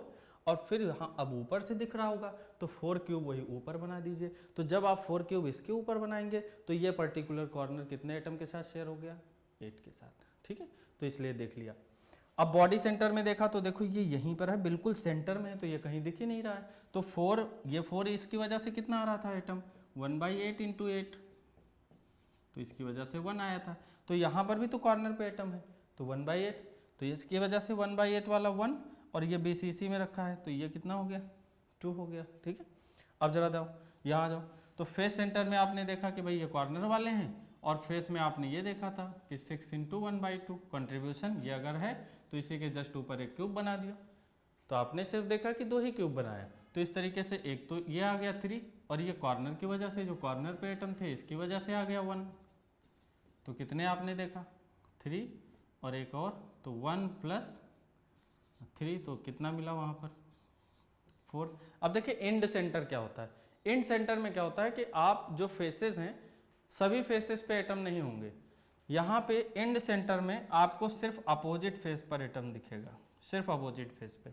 अगर कॉर्नर पर एटम प्रेजेंट हो और साथ साथ अपोजिट फेसेस पे प्रेजेंट हो तो हम लोग उसको बोलते हैं एंड सेंटर्ड यूनिट सेल। तो ये 4 टाइप ऑफ यूनिट सेल आपको यहाँ देखने को मिल गई। क्लियर है, चलो। तो कंट्रीब्यूशन आपको कैलकुलेट करना आना चाहिए। तो ये हमने पूरी तरह यहाँ से कैलकुलेशन कर लिया है। कैलकुलेशन में सब आ गया कि कॉर्नर वाला आपने कैसे कैलकुलेट किया था, 1/8 × 8, और इस तरीके से वहाँ पर नंबर ऑफ एटम 1 मिला था। और यही जब आपने FCC के लिए कैलकुलेट किया था तो FCC के लिए आपने देख ही लिया, 1/8 × 8 + 1/2 × 6, ठीक है, ये वाली बात आ गई थी। तो यहाँ 1 + 3 कितना आ गया, 4। अब पूरी बात बता चुके हैं, क्या बार बार बताना है। तो ये सीधी सी बात होगी कि अगर सिंपल क्यूबिक है तो वहाँ पर सिर्फ और सिर्फ 1 आया, क्योंकि वहाँ पर फेस पे भी नहीं है और बॉडी सेंटर में भी नहीं है। अगर फेस सेंटर की बात करो तो फेस 6 से सब पे आ जाएगा, और साथ साथ में कॉर्नर पे भी रहेगा, तो एटम 4 हो गया। BCC में देखा तो ये 1 वाला तो रहेगा ही, अब वहाँ 3 की जगह 1 आ जाएगा क्योंकि फेस पे नहीं है, सेंटर पे है, ठीक है। आगे मूव करते हैं। तो ये नेक्स्ट पॉइंट आया अपने पास पैकिंग का। पैकिंग कैसे करते हैं, पैकिंग करना बहुत ज़रूरी है। कुछ भी पढ़ रहे हो पैकिंग करो। देखो इधर, तो यहाँ आप ये देखिए कि हम क्या कर रहे हैं, हम क्या करें कि क्रिकेट की बॉल ले लें और उस क्रिकेट की बॉल को क्या करो, एक लाइन से रखते जाओ, ठीक है। ये क्रिकेट की बॉल, और इसको लाइन से हम रखते गए, ये लो, और दूसरी वाली रख दी, लो भाई, ये तीसरी रख दी, ये रखी है क्रिकेट की बॉल। अब ये एक लेयर आ गई, और इस लेयर को अब देखो ध्यान से देखो जरा, तो एक लेयर ये आई, मतलब हम इधर की तरफ रखते जा रहे हैं, समझ रहे हो ना। अगर हम इधर जा रहे हैं तो ये क्या है, एक्सेस, एक्स एक्सिस, ठीक है। तो इधर की तरफ हम एटम बढ़ाते जा रहे हैं, बढ़ाते जाओ। अब ने कहा भैया जो क्रिकेट की लेयर, ये जो बॉल आपने रखी थी, ये एक एक करके रखते गए थे, अब ऐसा करो कि इसके ऊपर भी रखते जाओ। तो एक लेयर तो ये आपने कर दी, अब इसके ऊपर भी आप एक लेयर और रख दिए, फिर एक लेयर और रख दिए, एक लेयर और रख दिए, और इधर भी बढ़ रहा है और इधर भी बढ़ रहा है, मतलब ये इधर को जा रहा है और एक ऊपर की तरफ आ रहा है। तो ऊपर की तरफ भी आ रहा है, इसका मतलब इधर जा रहा है। तो ये देखो, ये ऊपर की तरफ आ रहा है, ये तो ऐसे इधर भी बढ़ रहा है और इधर भी बढ़ रहा है, मतलब एक्स और वाई एक्सिस दोनों तरफ जा रहा है। तो ऐसे हम लोग क्या देखते हैं कि ये 2 डायमेंशनल हो गया, इधर भी और इधर भी। अगर सोचो कि इधर तो रख ही रहे थे, ऊपर की तरफ भी जा रहे थे, ये इधर जा रहा था और ऊपर भी आ रहा था, और अब तुमने अगर इधर भी बढ़ाना शुरू कर दिया, इधर साइड ये तो रख रहे थे, ऊपर भी जा रहे थे, अब इधर भी बढ़ाने लग जाओ। तो अगर इधर भी आ रहे हो बढ़ के, तो अब क्या हुआ कि इधर चल रहे थे, इधर चल रहे थे, और अब इधर भी आ रहे हो, तो अब ये तो इधर तो दिखेगा, तो ये ऐसे डॉटेड दिखा दे। मतलब इमेजिन करो ये सामने की तरफ है, चलो इधर की तरफ बना देते हैं, ये लो, इसको यहाँ से हटा रहे हैं और इसको हमने दूसरे कलर्स बना दिया। ये सपोज कि हम इधर की तरफ आ रहे हैं, तो अब ये इधर बोर्ड से बाहर इधर क्या आ रहा है, इधर की तरफ आ रहा है, ठीक है। तो इधर भी जा रहे हो, इधर भी जा रहे हो और सामने भी आ रहे हो, तो आप अब 3 डायरेक्शन में चल रहे हो, तो इसको बोलते फिर 3 डायमेंशनल। कैसा बोलते हैं? 3 डायमेंशनल। अभी ये जो स्ट्रक्चर बना है, तो इसमें आप इधर की तरफ जा रहे हो और इधर की तरफ जा रहे हो, तो ये कैसा है? 2 डायमेंशनल। कैसा है? 2 डायमेंशनल। तो ये 2 डायमेंशनल पैकिंग जब देख रहे हो, तो इसमें क्या खास बात है, यहां आपने जो अरेंजमेंट का तरीका देखा वो क्या है कि अगर आपने ये लाइन चलाई ए, तो बिल्कुल आपने पैटर्न चेंज नहीं किया, पैटर्न आपने चेंज नहीं किया, उसी एटम के ऊपर जस्ट दूसरा एटम आपने फिर से प्लेस्ड कर दिया, मतलब ये भी एटम आपका ए टाइप का हो गया। फिर आपने उसके ऊपर ऐसे रख दिया, तो ये भी ए टाइप का हो गया। ए टाइप क्यों बोल रहे हैं? आप रो डिस्टर्ब नहीं कर रहे हो, उसी के जस्ट ऊपर प्लेस्ड करते जा रहे हो, तो ये ए टाइप पैकिंग हो गई। ए टाइप पैकिंग, सिमिलर लेयर आप रख रहे हो, कुछ भी चेंज नहीं कर रहे हो भाई, तो ये हो गया ए टाइप पैकिंग। अब इसमें क्या होता है कि एक बात आती है कि कोऑर्डिनेशन नंबर क्या है। कोऑर्डिनेशन नंबर क्या चीज है यार, समझो समझो समझो। कोऑर्डिनेशन नंबर एक्चुअल में क्या होती है, ये समझ गए, बात बन गई। देखो जरा, कोऑर्डिनेशन नंबर का मतलब आप बस सिंपली एक एटम को पकड़ो और देखो कि उस एटम को कितने एटम टच कर रहे हैं, बस कोऑर्डिनेशन नंबर हो गया।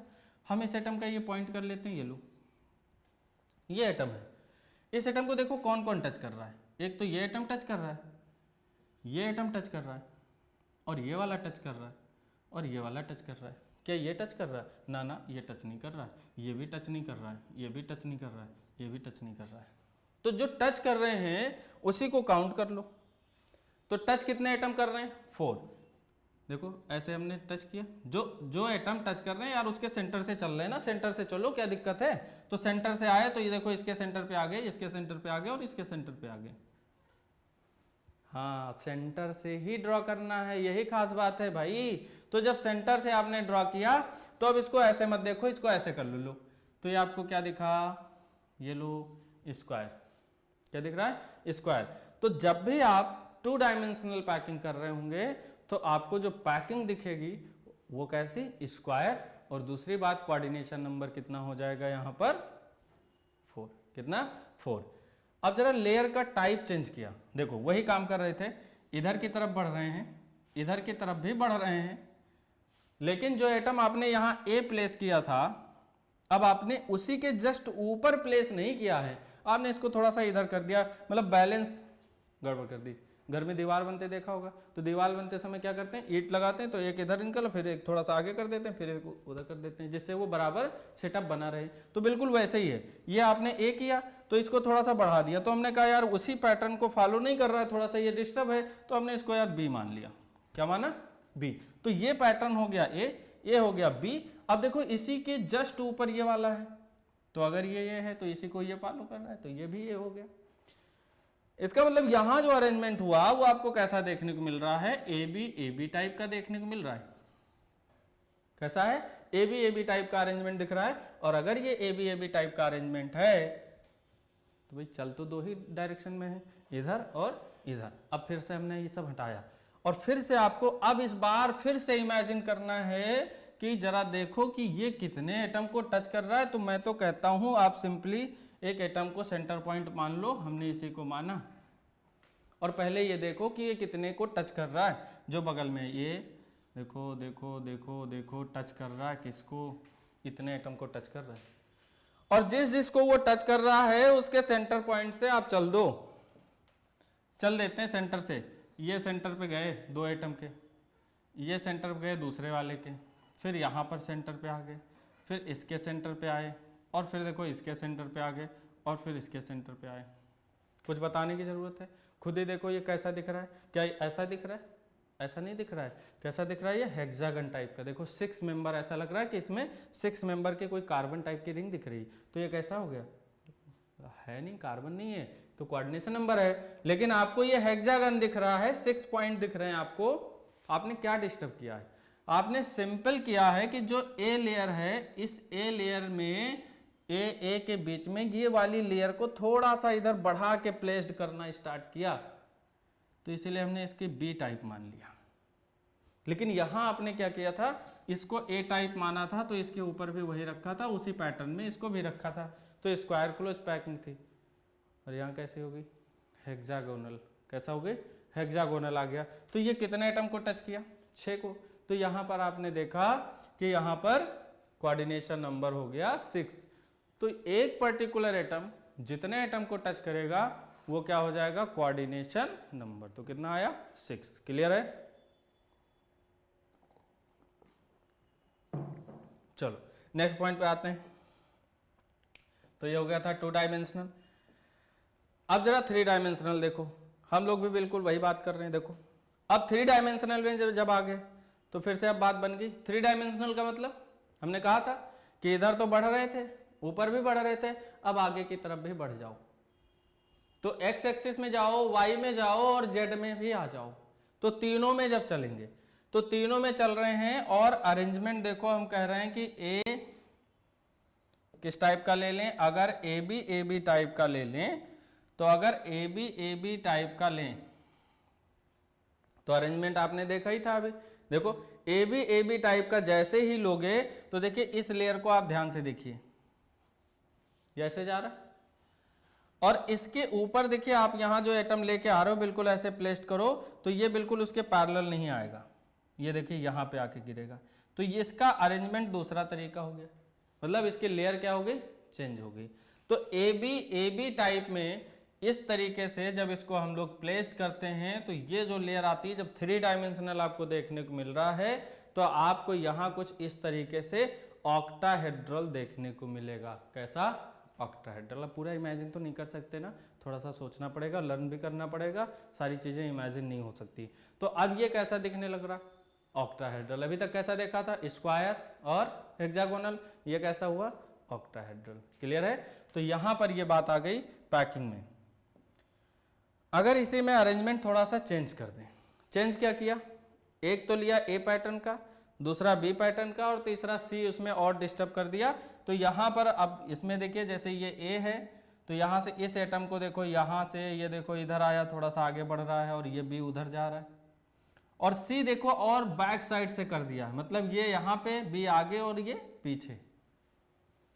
तो इस तरीके से जब पैकिंग होगी तो ये और कॉम्पैक्ट पैकिंग हो जाती, और अच्छी पैकिंग हो जाती है, और उस वाले से भी अच्छी पैकिंग हो जाती है। तो यहां पर हम लोग बोलते हैं इसको क्यूब क्लोज पैकिंग। क्या बोलते हैं? Cube close packing. ठीक है? तो ये थोड़ा सा आपको याद रखना होगा कि अगर ABC टाइप का हो जाएगा तो पैकिंग कैसी होगी? CCP पैकिंग, मतलब क्यूब क्लोज पैकिंग। और अगर AB टाइप का है और 3 डायमेंशनल है तो पैकिंग कैसी? ऑक्टाहेड्रल टाइप की, SCP। ठीक है? चलो नेक्स्ट पॉइंट पे आते हैं, पैकिंग फ्रैक्शन। पैकिंग फ्रैक्शन में आपको यह देखना है कि एटम कैसे पैक्ड होते हैं।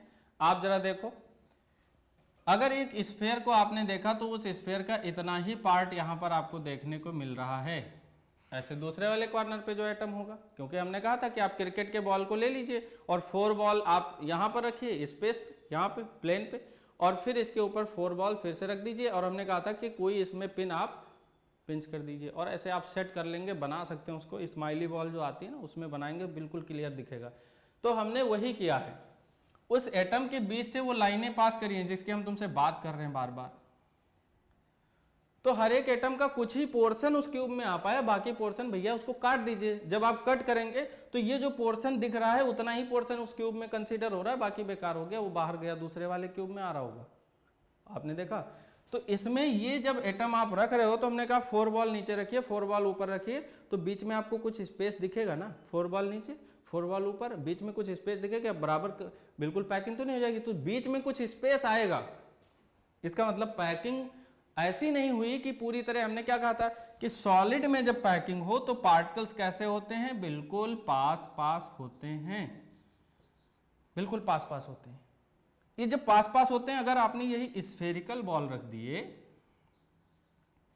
अगर यही स्फेरिकल बॉल रख दिए तो ये 4 बॉल रखा, अब इस 4 के ऊपर 4 रखो तो ये बीच वाला स्पेस छूट जाएगा मेरे भाई, समझो समझो, ये बीच वाला स्पेस छूटेगा कि नहीं छूटेगा। तो इतना स्पेस इस यूनिट सेल में रह गया, खाली रह गया, इम्प्टी रह गया।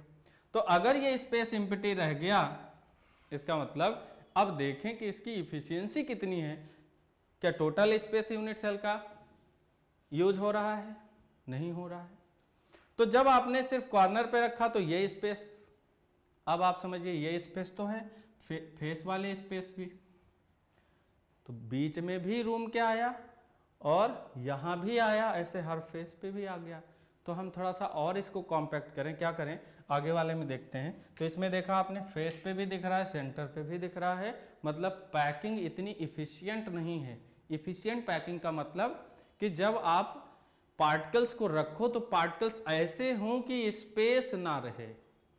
ठीक है, नेक्स्ट वाले में देखते हैं जरा। सॉरी, देखो जरा इसमें क्या है कमाल की बात, देखो जरा मजा आ जाएगा। देखो क्या कमाल की बात है, देखिए ये सब जगह कॉर्नर पे तो था ही, जैसा अभी हमने देखा था, यहां पर भी है, यहां पर भी है, यहां पर भी, यहां पर भी, मतलब फेस में भी है। तो देखो ये वाला जो स्पेस वहां अभी पहले वाले में दिख रहा था ना, उस स्पेस को भी ये वाला एटम ऑक्यूपाई कर लिया, ये फेस वाला ऑक्यूपाई कर लिया, ये देखो, और ये तो वहां पर इतना ले ही रहा था।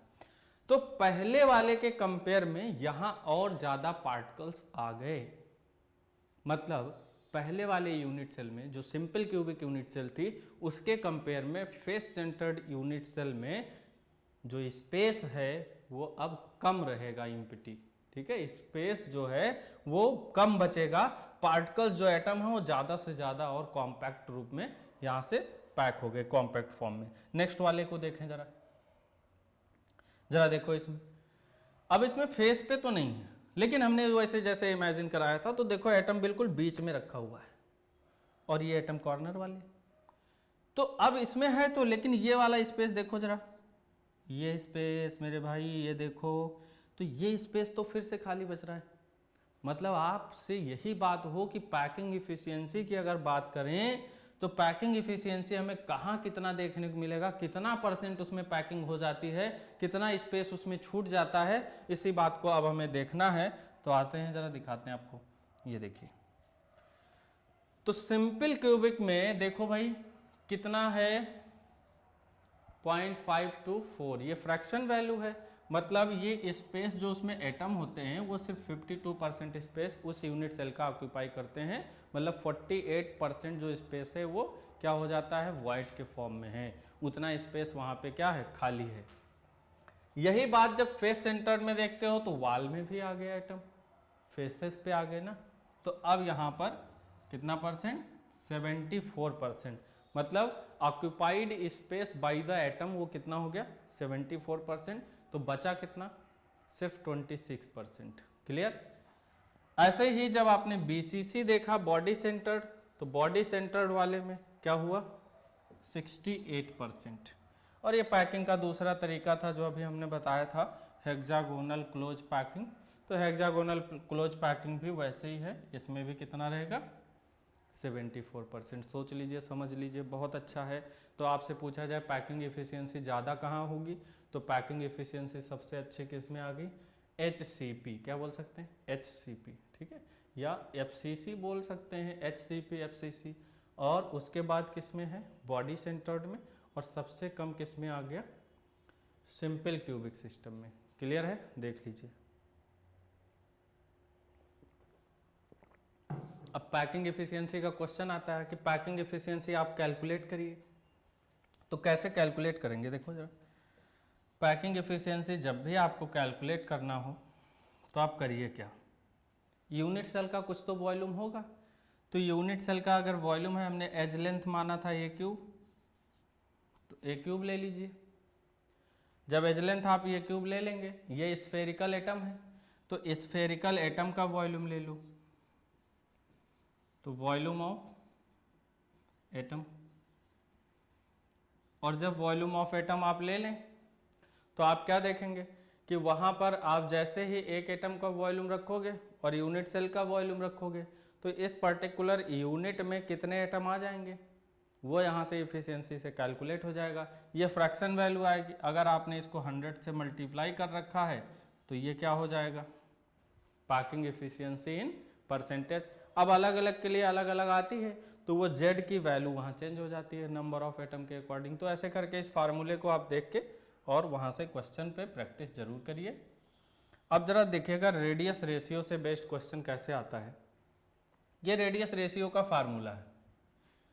अगर पार्टिकल्स हैं और उसमें कैटायन और एनायन प्रेजेंट है तो कैटायन और एनायन का रेडियस रेशियो कैलकुलेट करिए।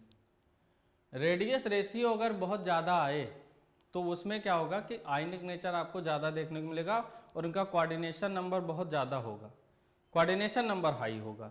तो देखो जरा, कोऑर्डिनेशन नंबर 8 का केस, अगर ये रेडियस रेशियो कैलकुलेट करें, मतलब ऊपर कैटायन का रेडियस रखें और नीचे एनायन का रेडियस रखें, और अगर ये रेशियो आ रहा हो 0.732 और 1 के बीच में वैल्यू, तो उसका कोऑर्डिनेशन नंबर आपसे पूछा जा सकता है कि कितना होगा, तो आप 8 बता सकते हैं। दूसरा ये बता सकते हैं कि अगर कोऑर्डिनेशन नंबर 8 है तो ये कौन से टाइप का सिस्टम होगा, तो बॉडी सेंटर्ड क्यूबिकल होगा। ठीक है। दूसरा, अगर 0.414 और 0.732 के बीच में आ रहा है तो ऐसे केस में कोऑर्डिनेशन नंबर कितना आ जाएगा आपका 6। और अभी हमने बताया था कोऑर्डिनेशन नंबर का मतलब हुआ कि एक एटम पर्टिकुलर कितने एटम को टच कर रहा है। ठीक है। तो ऐसे केस में ये क्या होगा, ऑक्टाहेड्रल। ठीक। और अगर रेडियस रेशियो आती है 0.225 से लेके, ये माइनस नहीं है, ये रेंज है, माइनस नहीं रेंज है। ठीक है। तो 0.225 से लेके अगर 0.414 के बीच में रेंज आ रही है तो यहाँ पर क्या होगा, टेट्राहेड्रल होगा। और अगर 0.155 से लेके 0.225 के बीच आ रहा है तो कोऑर्डिनेशन नंबर यहाँ पर 3 और क्या आ जाएगा, स्ट्रक्चरल अरेंजमेंट प्लानर। ठीक है। अब इसमें आपको थोड़ा सा स्ट्रक्चर देखें तो यहाँ पर अगर हम सीजियम क्लोराइड की बात करें, बहुत इंपॉर्टेंट है, याद कर लीजिए। तो यहाँ पर सीजियम क्लोराइड में जो आपको कोऑर्डिनेशन नंबर देखने को मिलेगा वो 8:8 देखने को मिलेगा। तो आपने देखा होगा CSCl क्वेश्चन आता है और CSCl का कोऑर्डिनेशन नंबर पूछा जाता है तो क्या होता है, 8:8। क्लियर है। तो ऐसे आपको याद रखना है। जैसे आपने देखा होगा NaCl का आपसे पूछा जाता है तो जो NaCl का है वही NaBr का है, तो 6:6 आएगा, उसमें क्या आएगा, 6:6। क्लियर रखना बिल्कुल, बहुत अच्छे। ये कंसेप्ट इतना है, मतलब बहुत मज़ा आ जाएगा। अब जैसे आप देखो ZNS, तो ZNS का आप वहाँ से कोऑर्डिनेशन नंबर लर्न कर सकते हो। तो ये आपका एक बेसिक कंसेप्ट हो गया जिसके थ्रू आप वहाँ से जा सकते हो। और रेडियस रेशियो आपसे क्वेश्चन यहाँ पर दिया जाता है कैलकुलेट करके, वहाँ आपको बताना था कि किस तरीके से यहाँ आप देख सकते हो कि वो कोऑर्डिनेशन नंबर के बेसिस पे उसका स्ट्रक्चरल अरेंजमेंट क्या होगा। और इसमें से एग्जाम्पल आप याद कर लें। जैसे आप यह याद कर सकते हैं NaBr, MgO को ध्यान रखें, MgO के बाद CuCl और CuCl के बाद ये देखिए सोडियम क्लोराइड, ZNS और सीजियम क्लोराइड तो बताया ही था। तो ये आपको इसमें से इतने एग्जाम्पल आपको हमेशा याद रखना है। चलो अपने नेक्स्ट पॉइंट पे आते हैं। नेक्स्ट पॉइंट आता है डेंसिटी। देखिए आप, डेंसिटी जब भी आपसे कहा जाए तो ये जो आप A वैल्यू दिया है ये क्या है, ये A वैल्यू वही है जो इतनी देर से पढ़ा रहे हैं। A वैल्यू एज लेंथ, क्या है, एज लेंथ। तो ये जो A वैल्यू दिया गया है, A वैल्यू बेसिकली क्या है, ये है एज लेंथ। ये तो एज लेंथ आपको रखना है एज लेंथ आपको रखना है, और एज लेंथ आप देखें तो यहाँ से ए, अब ये ए क्यूब लिखा है मतलब ये वॉल्यूम लिखा है किसका, यूनिट सेल का, तो यूनिट सेल का वॉल्यूम रखा हुआ है। ये Na क्या है, अवोगाद्रो नंबर है, वैल्यू पता है 6.02 × 10⁻23। ये जो m है वो कोई एटम है, उसका क्या हो गया, मोलर मास हो गया, क्या हो गया, मोलर मास। और z क्या है, number of atom. Number of atom आपको अभी समझाया इतनी देर से, नंबर ऑफ एटम कैसे देखोगे, बताया ही था। नंबर ऑफ एटम z के लिए, यहाँ पर SCC के लिए आपने कितना कैलकुलेट किया है, 1। अगर क्रिस्टल लैटिस FCC टाइप की हो जाए तो z की वैल्यू 4, और अगर क्रिस्टल लैटिस कैसी बच गई भाई, BCC बच गई, तो इसकी वैल्यू कितनी हो जाएगी, 2। z की वैल्यू यहाँ से रख सकते हैं। कभी कभी हो सकता है कि ये a की वैल्यू डायरेक्ट आपको ना मिले, तो आपको वहाँ रेडियस पता होना चाहिए। अगर SCC है तो रेडियस आप कैलकुलेट करेंगे, कैसे कैलकुलेट करेंगे, r = a/2 से। और अगर वो फेस सेंटर है तो r = a/2√2 से कैलकुलेट करिए। और अगर वो आपको BCC टाइप की दिख रही है तो आपको वहाँ √a√3/4 से आप करेंगे, a√3/4, तो यहाँ से आ जाएगा a√3/4। इस तरीके से a के टर्म में अगर आपको रेडियस दिया गया है और वहाँ से आप रिप्लेस करना चाहें तो वहाँ से कर सकते हैं कि a को रिप्लेस कर सकते हैं, r दिया गया है तो ये याद रहे कि ये किसके लिए है, ये किसके लिए है, तो ये FCC के लिए हो गया, और √3 a/4 किसके लिए हो गया, ये आ गया हमारा BCC के लिए। तो इस तरीके से आप यहाँ पर Na की वैल्यू पता होगी, क्या होगा, 6.02 × 10⁻23। तुरंत क्वेश्चन लगाइए, प्रैक्टिस करिए बुक से देख के, अभी सारे क्वेश्चंस आपको सॉल्व होने लगेंगे। चलो नेक्स्ट पॉइंट पे आते हैं। तो ये डेंसिटी बेस्ड क्वेश्चन जरूरी है। डिफेक्ट की बात करते हैं।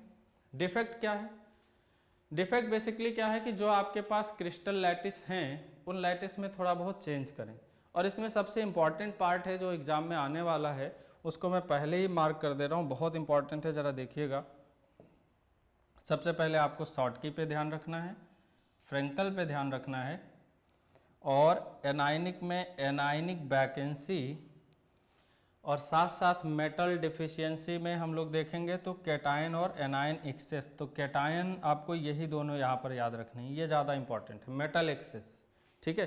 तो इन 4 पॉइंट्स पे आपको ज़्यादा ध्यान रखना है, और सबसे ज़्यादा आपको ध्यान रखना है इस शॉर्टकी और फ्रेंकल पे। यहाँ से आपसे डिफरेंस भी पूछा जा सकता है, और साथ साथ में इनमें आपसे अलग से भी पूछा जा सकता है, इनके एग्जाम्पल्स क्या हैं, तो बहुत इंपॉर्टेंट है। तो एक एक करके देखते हैं कि ये पॉइंट डिफेक्ट्स, पॉइंट डिफेक्ट्स का मतलब कि कहाँ से एटम हट रहा है। आपने लैटिस पॉइंट देखे थे, लैटिस पॉइंट कॉर्नर है, तो कॉर्नर के अकॉर्डिंग हम लोग देखते हैं कि कहाँ से एटम हट रहा है और कहाँ जा रहा है, ये देखना है।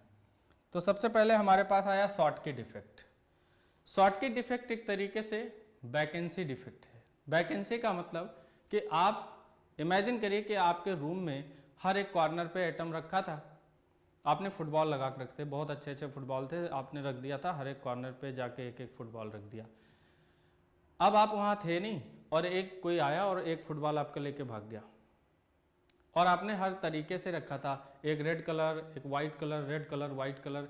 तो ऐसे हम जरा इमेजिन करें, अगर आपका कोई एक रेड फुटबॉल लेके चला गया और एक वाइट फुटबॉल लेके चला गया, तो क्या वाइट और रेड फुटबॉल के रेशियो में कोई चेंज आएगा? नहीं आएगा, है ना, क्योंकि सेम आप एक रेड लेके जा रहा है और एक वाइट लेके जा रहा है। तो ऐसे ही समझना है कि अगर शॉर्टकी हम देख रहे हैं तो पर्टिकुलर एक पॉइंट से, अगर देखो यहाँ अरेंजमेंट है, ये कैटायन है, कैटायन के बाद ये कैटायन लिखा है, कैटायन के बाद अगर ये एनायन है, ये कैटायन है, ये एनायन है, तो एक सिस्टमैटिक अरेंजमेंट है, कैटायन एनायन, कैटायन एनायन।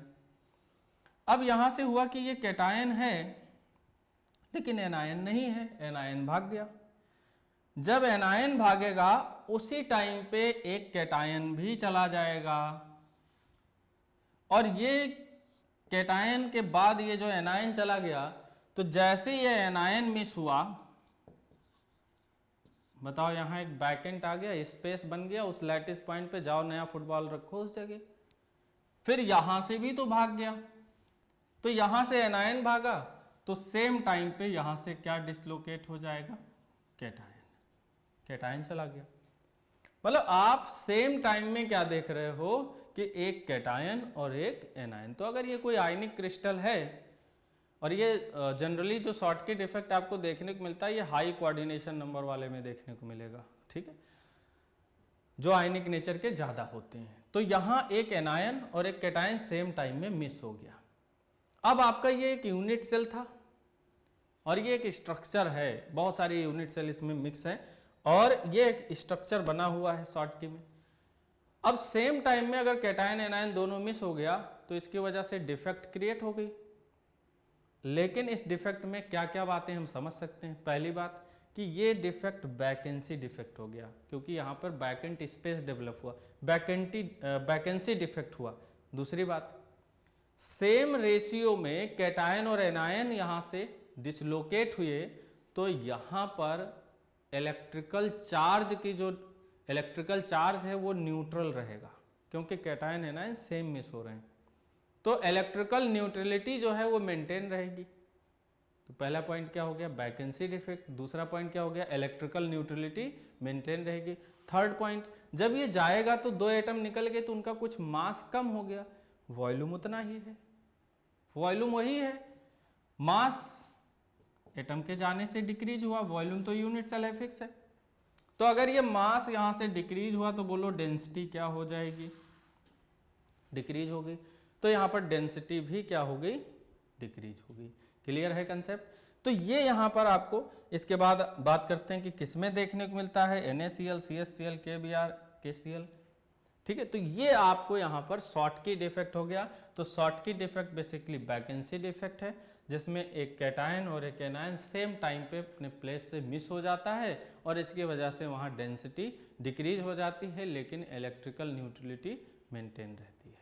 तो ये सारी बातें हम लोग शॉर्टकी डिफेक्ट में लिख पाएंगे वैकेंसी डिफेक्ट के लिए। अब देखो फ्रैंकल में, बहुत अच्छी बात है। फ्रैंकल में क्या खास बात है, फिर से वही काम किया कि कैटायन और एनायन का ऐसे ही बना रहा भाई, समझो समझो, कैटायन और एनायन वैसे ही चल रहा है जैसे पहले चला। तो ये एक सिस्टम था, एक कैटायन एक एनायन, एक कैटायन एक एनायन, फिर एक कैटायन एक एनायन, ऐसे आप रखते जा रहे थे। अचानक से क्या हुआ, ये वाला कैटायन भाग गया, लेकिन इस बार गायब तो हुआ, बाहर नहीं गया, क्रिस्टल से बाहर नहीं गया है, क्रिस्टल का ये जो खाली स्पेस है इसी में आ गया। तो देखो यहां से मिस हुआ है और यहां से मिस होकर कहां जाके बैठ गया, इस जगह। तो इसमें क्या आपने खास बात देखा, आप खुद इमेजिन करिए, क्या यहां वैकेंसी हुई, बिल्कुल हो गई भाई, वैकेंसी यहां पे हुआ, वैकेंसी डिफेक्ट हुआ, लेकिन साथ साथ में ये एटम कहां गया, उसके इंटरस्टिशियल स्पेस में बैठ गया। तो यूनिट सेल था, साथ में वहां जाके इंटरस्टिशियल स्पेस में एटम बैठ गया, मतलब इंटरस्टिशियल डिफेक्ट भी हो गया ये। ठीक है, समझो समझो, देखो जरा ध्यान से सोचो।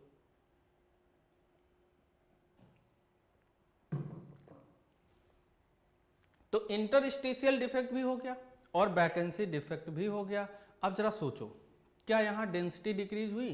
तो यूनिट सेल वही है, ये लैटिस वही है और इससे बाहर नहीं गया, मतलब एटम वही है, तो मास मेंटेन है, तो डेंसिटी वैसे ही रहेगी। तो डिफरेंस हो गया, शॉर्टकी में डेंसिटी डिक्रीज हो जाती है, लेकिन यहां डेंसिटी डिक्रीज नहीं होगी। शॉर्टकी सिर्फ वैकेंसी डिफेक्ट था, ये वैकेंसी और इंटरस्टिशियल का मिक्स फॉर्म हो गया। वो हाई कोऑर्डिनेशन नंबर वाले में देखने को मिलेगा, ये लो कोऑर्डिनेशन नंबर वाले में देखने को मिलेगा। इलेक्ट्रिकल न्यूट्रलिटी वहां भी मेंटेन है और इलेक्ट्रिकल न्यूट्रलिटी यहाँ भी मेंटेन है। इसके बाद एग्जाम्पल वगैरह अपने देख लेंगे, यहाँ AgBr आ जाएगा। तो ये सारी चीजें यहाँ पर फ्रैंकल डिफेक्ट हो गया, बहुत इंपॉर्टेंट है, एक बार देखिए इसको, पढ़िए समझिए। मेटल एक्सेस डिफेक्ट, बड़ा अच्छा लग रहा है, मेटल एक्सेस डिफेक्ट, नाम से ही पता चल जाता है, तो टेंशन कहाँ होती पढ़ने में। नाम में लिखा है मेटल एक्सेस डिफेक्ट, क्या होगा देखो। इसमें क्या होता है कि किसी एक पर्टिकुलर पॉइंट से, फिर से वही से कैटायन एनायन कैटायन एनायन, इस पर्टिकुलर पॉइंट से एक कैटायन डिसलोकेट हो गया, और जब वो डिसलोकेट हुआ कैटायन, तो यहां पर एक इलेक्ट्रॉन आया और उस स्पेस को ऑक्यूपाई कर लिया। जब ये इलेक्ट्रॉन आया तो इस इलेक्ट्रॉन में क्या होता है कि ये इलेक्ट्रॉन एक्साइटेड हो जाता है एनर्जी एब्जॉर्ब करके, और उस समय ये डिफरेंट कलर शो करता है, डिपेंड करता है कि कौन सी लैटिस यहाँ पर है। तो टेंशन नहीं लेना है, आपको बस इतना समझना है कि यहाँ से अगर ये मेटल भाग गया और उसकी जगह कोई इलेक्ट्रॉन आया, तो जब मेटल कैटायन निकल गया तो बताओ अब यहाँ पर क्या है, एनायन निकल रहा है। क्या निकल रहा है? एनायन। तो यहां से जब एनायन निकल रहा है तो एनायन निकल रहा है, इस एनायन के निकलने से उस स्पेस को ऑक्यूपाई किया है भाई किसी इलेक्ट्रॉन ने आके, जिससे इलेक्ट्रिकल चार्ज की जो न्यूट्रलिटी है वो मेंटेन हो जाए। ठीक है, तो ये बाहर चला गया। तो फिर से बताओ वैकेंसी क्या हो जाएगी, डेंसिटी क्या हो जाएगी, डिक्रीज हो जाएगी, डेंसिटी डिक्रीज हो गई। दूसरी बात, जब यहाँ से एनायन निकल गया तो पहले कैटायन और एनायन का एक रेशियो था, अब एनायन चला गया तो रेशियो में अब कैटायन क्या हो जाएगा, ज्यादा, तो मेटल एक्सेस हो गया। तो ये डिफेक्ट कैसा हुआ, मेटल एक्सेस डिफेक्ट। ठीक है, अच्छे से पढ़िए। अब जरा देखो, यहां पर कोई पॉइंट से अपने मिस नहीं हुआ है, लेकिन सेम टाइम में एक कैटायन यहां पर आ गया, कैटायन यहां पर आ गया, और जब वो कैटायन आया तो उसका एक यहां पर इलेक्ट्रॉन भी आ गया। तो कैटायन भी आया और उसका इलेक्ट्रॉन भी आया। अब इसमें कैटायन एनायन हर एक लैटिस पॉइंट पे थे, लेकिन अब इसमें एक बाहर से एक्स्ट्रा कैटायन आ गया और कहाँ आया, इंटरस्टिशियल स्पेस में। तो एक तरीके से तो इंटरस्टिशियल डिफेक्ट भी हो गया। दूसरा, इसमें आ रहा है कहाँ पे, इंटरस्टिशियल में क्या आ रहा है, कैटायन आ रहा है, इलेक्ट्रॉन सेम नंबर में आ गया, जिससे इलेक्ट्रिकल चार्ज न्यूट्रलिटी मेंटेन रहे। लेकिन अब इस लैटिस में एक कैटायन एक्स्ट्रा हो गया, तो मेटल कैटायन एक्स्ट्रा हो गया, तो डिफेक्ट कैसा हो गया, एक्सेस वाला। कैसा हो गया, एक्सेस। तो इसको क्या बोलेंगे, मेटल एक्सेस डिफेक्ट। क्या हो जाएगा, मेटल एक्सेस डिफेक्ट। क्लियर है? चलो, तो ये आपने मेटल एक्सेस डिफेक्ट देख लिया। अब क्या होता है, देखो एक्सेस देखा तो मेटल की डिफिशियंसी भी देख लें। मेटल डिफिशियंसी क्या है, सपोज कि यहां पर इस लैटिस में सब मोनोवैलेंट कैटायन लगे हैं, मोनोवैलेंट एनायन लगे हैं। एक कैटायन यहां से हट जाए, एक कैटायन इस प्लेस से हटे और दूसरा कैटायन दूसरे प्लेस से हट जाए, तो मोनोवैलेंट कैटायन अगर दो हट जाएं, दो मोनोवैलेंट कैटायन हट जाए, तो आपने कितना पॉजिटिव चार्ज में हटा दिया, दो हटा दिया। दो मोनोवैलेंट आपने हटा दिए तो दो प्लेस से हटा। इसकी जगह क्या करो, एक डाईवैलेंट ले आओ, A+2। तो A+2 ले आओ और एक जगह, दो जगह से हटाया हो, उसकी जगह ये A+2 एक जगह ले जाके प्लेस कर दो। तो एक जगह प्लेस कर दोगे तो चार्ज +1+2 मिलकर +2 यहां पे आ गया, तो इलेक्ट्रिकल न्यूट्रलिटी मेंटेन होगी। लेकिन दो प्लेस से हटा था और एक ही प्लेस पे वो डाईवैलेंट कैटायन आ पाया, तो एक कैटायन का नंबर क्या हो गया, कम हो गया।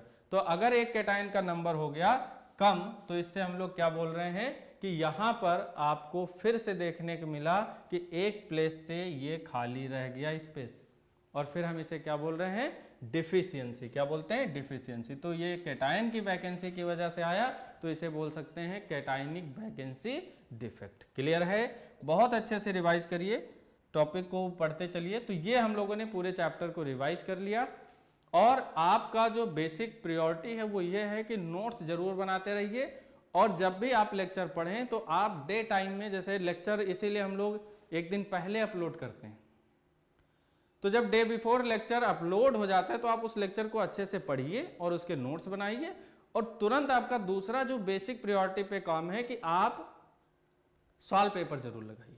सॉल्व पेपर लगाइए, जो बुक आपके पास और दिए गए हैं डिफरेंट ऑथर्स की, वहां से आप क्वेश्चन लगाइए, और इससे क्या होगा कि आपका कंसेप्ट थोड़ा बहुत कहीं अगर लगा कि नहीं ये वाला अभी क्लियर नहीं है, तो आप उसको उस दिन में फिर से ईमेल कर सकते हैं क्वेश्चंस को कि ये प्रॉब्लम आई, हमें ये बात नहीं समझ पाए, तो हम उस टॉपिक पे और ज़्यादा ध्यान देंगे और उसको और अच्छे से आपको लाइव सेशन में फिर से एक्सप्लेन कर देंगे। क्लियर है? तो ये सारी बातें यहाँ पर आ गई। तो आज के लिए थैंक यू बच्चों।